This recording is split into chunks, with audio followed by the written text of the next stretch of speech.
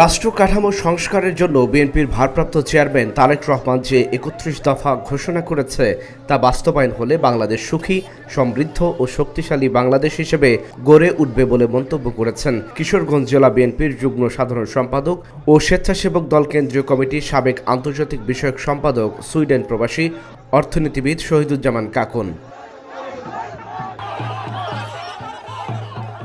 শনিবার বিকালে কটিয়াদী উপজেলা সদর বাসস্ট্যান্ডে রাষ্ট্র কাঠামো মেরামতে বিএনপির ভারপ্রাপ্ত চেয়ারম্যান তারেক রহমান ঘোষিত ৩১ দফা প্রচার অনুষ্ঠানে প্রধান অতিথির বক্তব্যে তিনি এসব কথা বলেন।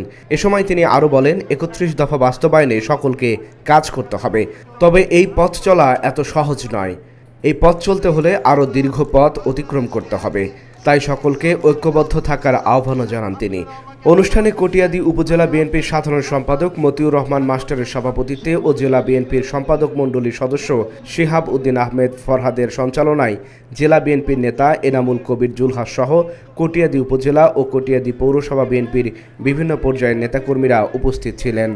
আপনারা এভাবে আমাকে ভালোবেসে আমরা বাংলাদেশকে একটি সুখী, সমৃদ্ধ ও শক্তিশালী বাংলাদেশ গড়ে তুলব।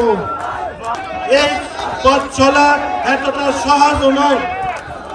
এই পথ চলতে হলে আমাদের দীর্ঘ পথ অতিক্রম করতে হবে।